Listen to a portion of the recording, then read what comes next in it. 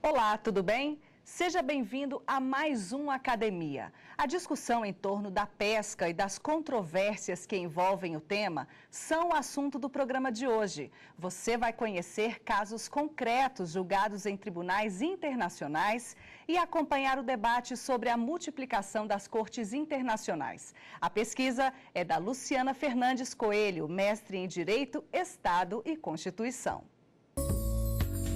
Cooperação ou cooptação? Esse é o ponto de partida para definir como são as interações entre o regime do direito do mar e o regime do comércio internacional na solução de controvérsias sobre a pesca. A dissertação foi defendida junto ao programa de pós-graduação da Faculdade de Direito da Universidade de Brasília. A orientação foi do professor doutor Jorge Galindo. Quando a pesca termina em conflito, cabe ao direito solucionar a controvérsia. A pesquisa de hoje analisa os diálogos e também a falta de comunicação entre os regimes do direito do mar e do comércio internacional. Discussões teóricas e casos concretos em torno da pesca são outros assuntos abordados. Além da Luciana, o Academia tem o prazer de receber os professores Thales Andrade, mestre em Direito Internacional, e Daniela Macedo, mestre em Direito, Estado e Constituição. Obrigada pela presença de vocês. Obrigada, Luciana. Vamos então começar o nosso debate. Você participa de vários grupos de pesquisa na área desse assunto, né? Bom, eu queria saber se foi isso que te motivou a escolher esse tema para sua pesquisa e queria que você falasse um pouquinho também sobre esses grupos de pesquisa. Bom, olá a todos. Agradeço à TV Justiça pelo convite, ao Academia. Agradeço também, não posso deixar de agradecer ao meu orientador, o Dr. Jorge Galindo, que me acompanhou muito nesse processo de amadurecimento acadêmico. Agradeço também aos professores Karina Oliveira, que esteve na minha banca, e ao professor Cajapuz de Medeiros, que também esteve na minha banca. Com certeza, o fato de participar dos grupos de pesquisa foi um diferencial, tanto no percurso da minha trajetória, da minha pesquisa acadêmica, quanto foi o pontapé inicial. Realmente, quando eu passei no processo seletivo do mestrado da UNB, eu tinha em mente, meu projeto de pesquisa era sobre um tema totalmente distinto. E ao ingressar no programa, eu tive contato com o GERN, o Grupo de Estudos em Direito, Recursos Naturais e Sustentabilidade, que estava iniciando um projeto de pesquisa sobre recursos marinhos. Então, esse foi o meu pontapé inicial no direito do mar. Então, sim, fazer parte de grupos de pesquisa fez um total diferencial. Ao longo do meu período no mestrado, eu pude ainda me afiliar a outros grupos de pesquisa que expandiram muito a minha visão e, com certeza, a bibliografia que eu adquiri ao longo desses estudos e desses momentos de encontro, ela está refletida na minha dissertação, sim.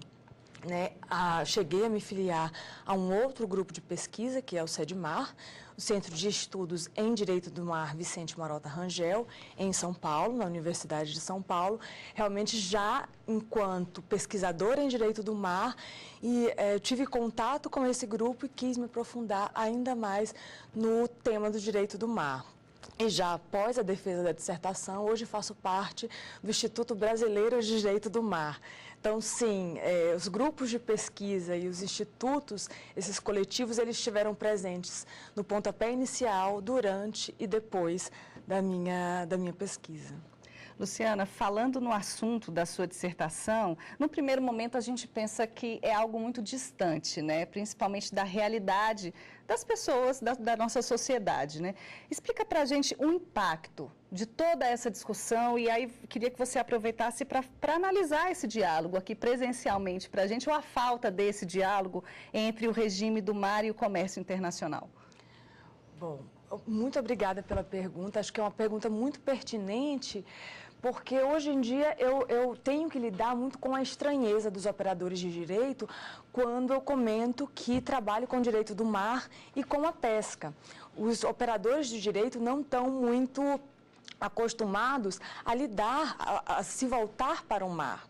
E isso é muito estranho, principalmente num país com uma costa tão grande como é o nosso Brasil. E a gente, nós participamos muito ativamente durante as negociações da terceira Conferência das Nações Unidas para o Direito do Mar, que foi da onde resultou a Convenção de Montego Bay. Então, muito estranho você verificar que o Brasil, que foi um país que esteve tão ativo durante essas negociações, hoje praticamente não se olha, não se volta para o mar.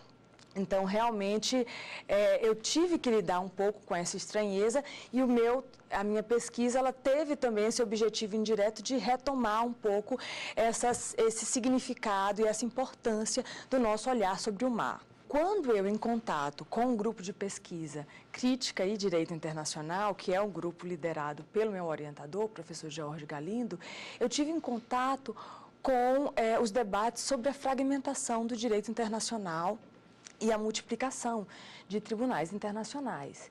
E a gente avaliou o quanto isso gerou todo um desconforto no direito internacional, muitos acadêmicos, muitos teóricos se colocando contra essa fragmentação e alguns sendo não favoráveis, mas entendendo esse como um fenômeno normal, né? Isso lá pelos anos 2000, então 2000 a 2006.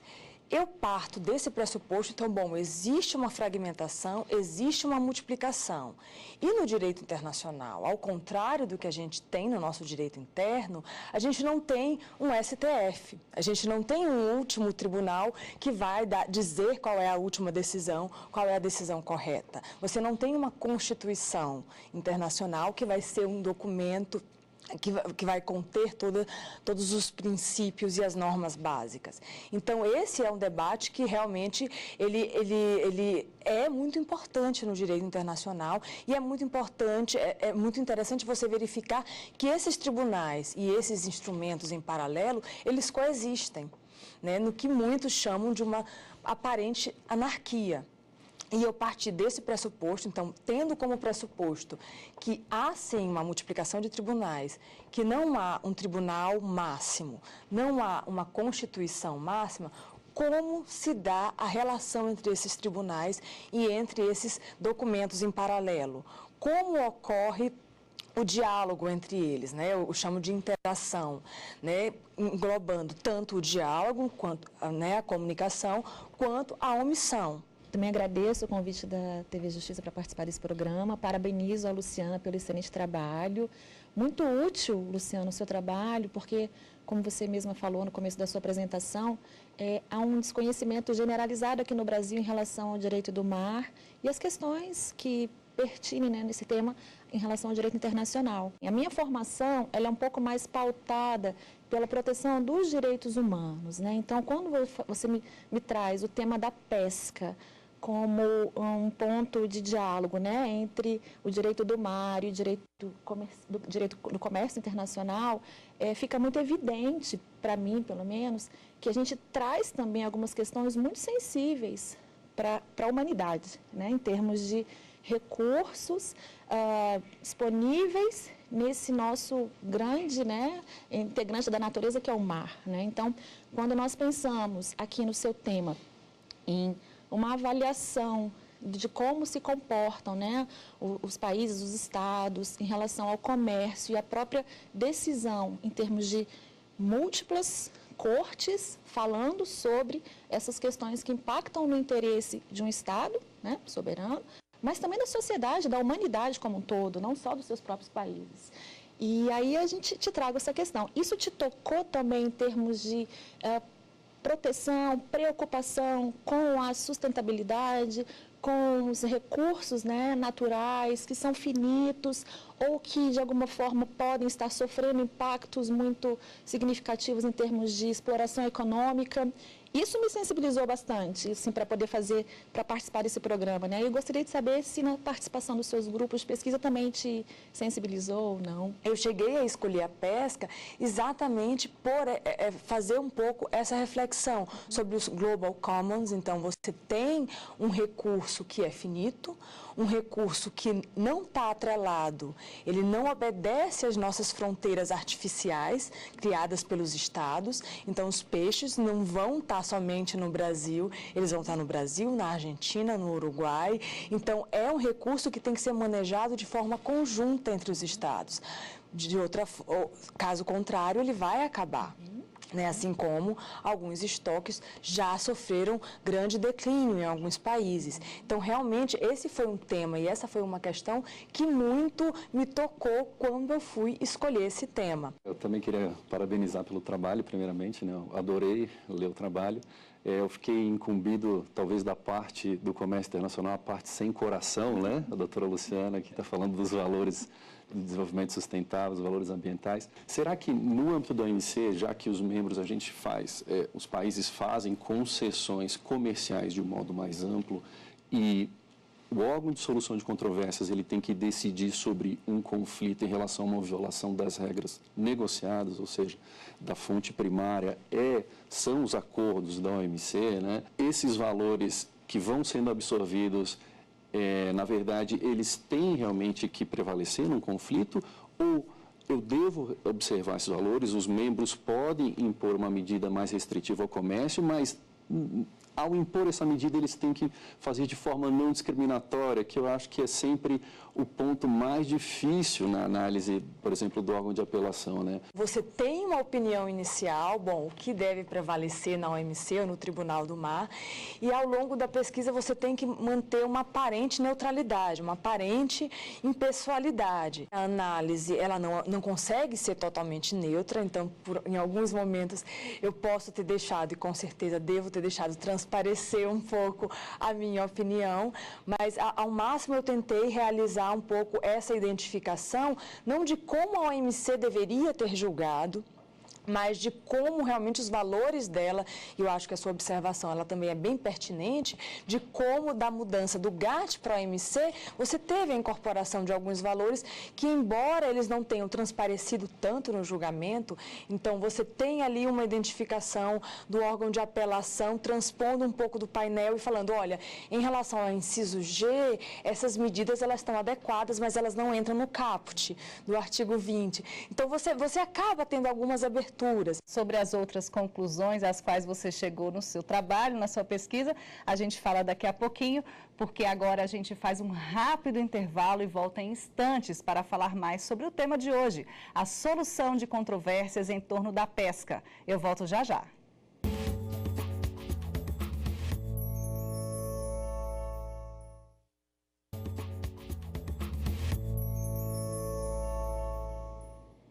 Estamos de volta e o Academia de hoje debate a pesca, os conflitos em torno da pesca e a solução, é claro, dessas controvérsias. Luciana, no primeiro bloco você falou bastante sobre a forma diferenciada de cada tribunal julgar, né? Eu queria que você explicasse um pouquinho para a gente qual tem sido o sentido, né, de cada tribunal nesses julgamentos e aproveitasse e falasse um pouquinho sobre quando a pesca acontece de forma não declarada, não reportada e ilegal também. O Tribunal do Mar, como eu havia mencionado, a questão do grande conflito gerado pela multiplicação de tribunais, no início da atividade desse tribunal, ele sempre foi envolto sobre muito medo da multiplicação.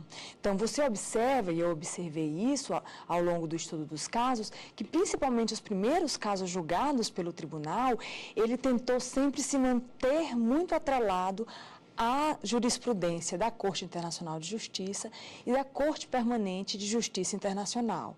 Então, tem o caso 3 e 4, que é o caso do Atum do Sul, em que isso fica bem evidente. Então, o tribunal chega a dar sinais de utilizar, por exemplo, o princípio da precaução, mas ele não chega a citá-lo.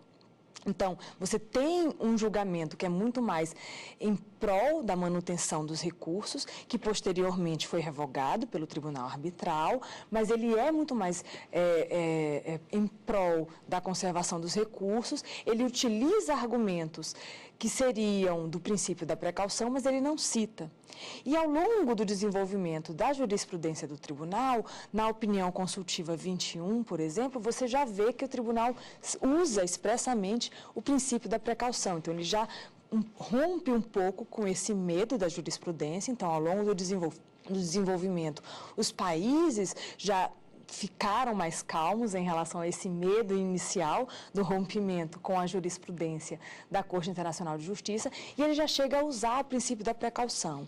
E a tua segunda pergunta, ela me remete um pouco à opinião consultiva 21, que é uma opinião consultiva sobre a pesca ilegal, não declarada e não reportada, que é, no meu ponto de vista, um dos grandes problemas que a gente encontra hoje em dia. Então, alguns países do continente africano, que fazem parte de uma pequena organização, questionaram o Tribunal Internacional para o Direito do Mar sobre quais seriam as responsabilidades de outras organizações internacionais e de outros estados em relação a navios que arvorem a bandeira desses países e realizem esse tipo de pesca, que, no meu ver, é um dos grandes desafios hoje em dia. Então, você tem um estado costeiro que tem soberania, direitos soberanos sobre uma grande extensão, então ele pode fiscalizar, ele pode implementar suas regras sobre essa região, mas você tem o alto mar,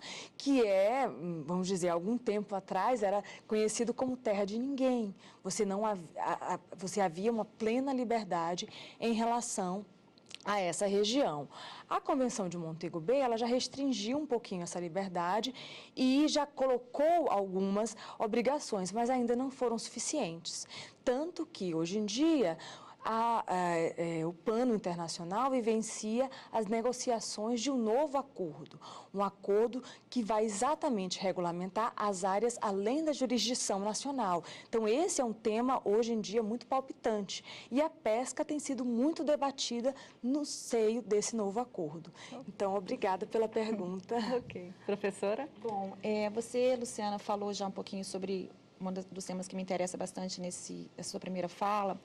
Bom, esse diálogo, né, entre os tribunais, entre as cortes que estão decidindo sobre esse tema tão importante, como você mesmo colocou, eles têm trazido mais abordagens em relação ao princípio da precaução, como você mesmo disse, né? Imagino também que é o desenvolvimento sustentável e a proteção do ecossistema como um todo, né? Mas você ainda percebe um peso maior na liberdade em relação ao comércio, né, na liberdade comercial, né, nesse direito, digamos assim, ao exercício mesmo da atividade comercial dos estados, predominando em relação a esse próprio sistema de proteção de direitos relacionados ao meio ambiente, que interessam à humanidade, à coletividade como um todo? Sim. Acho que como eu abordei um pouco e trabalhei muito com semânticas, né, a semântica do comércio, ela é uma semântica muito forte, né? Então, como o professor Tales mesmo colocou no primeiro bloco, realmente a OMC ela vai interpretar os acordos no seio da OMC. Então, ela vai ver as medidas restritivas ao comércio. E o meio ambiente, ele é um tema subsidiário, ele é um tema indireto. Você pode dizer que há uma mudança, já há uma abertura? Sim, eu acho que isso é natural dentro desse movimento de globalização que a gente está vivenciando, mas sim, você observa, como eu trabalhei também inicialmente, o Tribunal do Mar, ele já nasceu com um receio muito grande em relação ao rompimento com a jurisprudência da Corte Internacional de Justiça. Então, esse tribunal, ele acaba tendo um movimento, uma semântica um pouco mais acanhada, então um pouco mais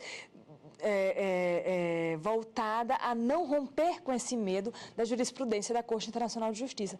Enquanto a OMC, não, ela tem uma liberdade de proteção da sua semântica e dos seus interesses de livre comércio muito maior. Embora eu consiga identificar alguns casos e algumas situações em que, sim, indiretamente influencia no outro. E os casos que foram levados ao mesmo tempo aos dois tribunais e que acabaram não gerando decisões porque as partes entraram em acordo. Então, bom, quando as partes identificaram que o mesmo caso, a mesma situação foi levada aos dois tribunais e poderia gerar decisões conflitantes, outras formas de negociação e de acordo final foram encontradas. Então, isso, ao meu ver, é uma forma de demonstrar que as próprias partes e os tribunais, eles evitam essa forma de rompimento de perspectiva. Então, há sim um diálogo indireto, há uma modificação, mas sim, o Tribunal para o Direito do Mar, ele tende a ser muito mais conservador e atrelado à jurisprudência da Corte Internacional de Justiça, enquanto a OMC tende, assim, utilizar, se abrir, avaliar os outros acordos, mas ser muito mais voltada à proteção do livre comércio. A minha pergunta é, será que em todo esse cenário, a predileção, ao meu ver, né, eu vindo da ótica comercial, puxando a sardinha, puxando o atum para o meu lado, né, da ótica do direito internacional, será que não tem uma predileção dos membros, em geral, da comunidade internacional, em se voltar numa eventual controvérsia para o tribunal da OMC, ou, de certa forma, impor uma hierarquia velada, que a OMC tem a palavra final em algumas questões, porque ela prevê um mecanismo eficaz de retaliação no eventual conflito, né? Eu te pergunto isso porque, saindo um pouco da esfera da pesca, nós temos diversos casos, por exemplo, o caso de antidumping Brasil e Argentina no Mercosul, que o Brasil perdeu e levou exatamente o mesmo caso para a OMC e lá ganhou. O caso de soft drinks, né, em México e Estados Unidos no NAFTA, que foi levado para a OMC depois e exatamente o mesmo caso foi decidido de forma diferente. Será que não tem de certa forma, os princípios que você coloca lá do Crawford, né, de uma especialização e uma preferência por essa corte na solução dos conflitos, né? O interesse econômico ele não se sobrepõe no final das contas, pelo menos hoje em dia? Tá, muito legal essa pergunta, porque ela me permite falar sobre o Forum Shopping, que é um dos temas, né, é uma das questões que está atrelada à multiplicação de cortes. Então, quando há todo esse debate sobre a multiplicação de cortes, o que está envolto, qual é a ansiedade que está envolta a isso? É o Forum Shopping, que seria você comprar o foro ou o tribunal que vai julgar mais de acordo com o que você está defendendo. Então, respondendo a tua pergunta, eu diria que, bom, por essa perspectiva do Forum Shopping, a parte vai levar a OMC se ela souber que a decisão da OMC vai ser mais benéfica a ela. Como no caso do peixe-espada, por exemplo, a União Europeia sabia que a OMC seria mais favorável a ela. Então, ela leva o caso à OMC. Já o Chile não tinha certeza, mas imaginava que o Tribunal do Mar seria mais favorável, ou sabia que, com certeza, a OMC seria favorável à União Europeia. Então, leva o caso ao Tribunal do Mar. E, realmente, eu tinha uma hipótese inicial de que sim, que a OMC, que a semântica da OMC e do comércio seria tão forte que prevaleceria. Mas, ao estudar os casos, eu identifiquei que não necessariamente. Então, há algumas situações em que essa semântica comercial ela é prevalecente, mas há casos como, por exemplo, esse do peixe-espada e o do herring, do arenque, que geraram, pelo contrário, quando as partes veem que há dois tribunais, e um deles é o OMC, nas duas situações, que vão julgar o caso e provavelmente levar a decisões conflitantes, elas entram em acordo. Então, aplicando também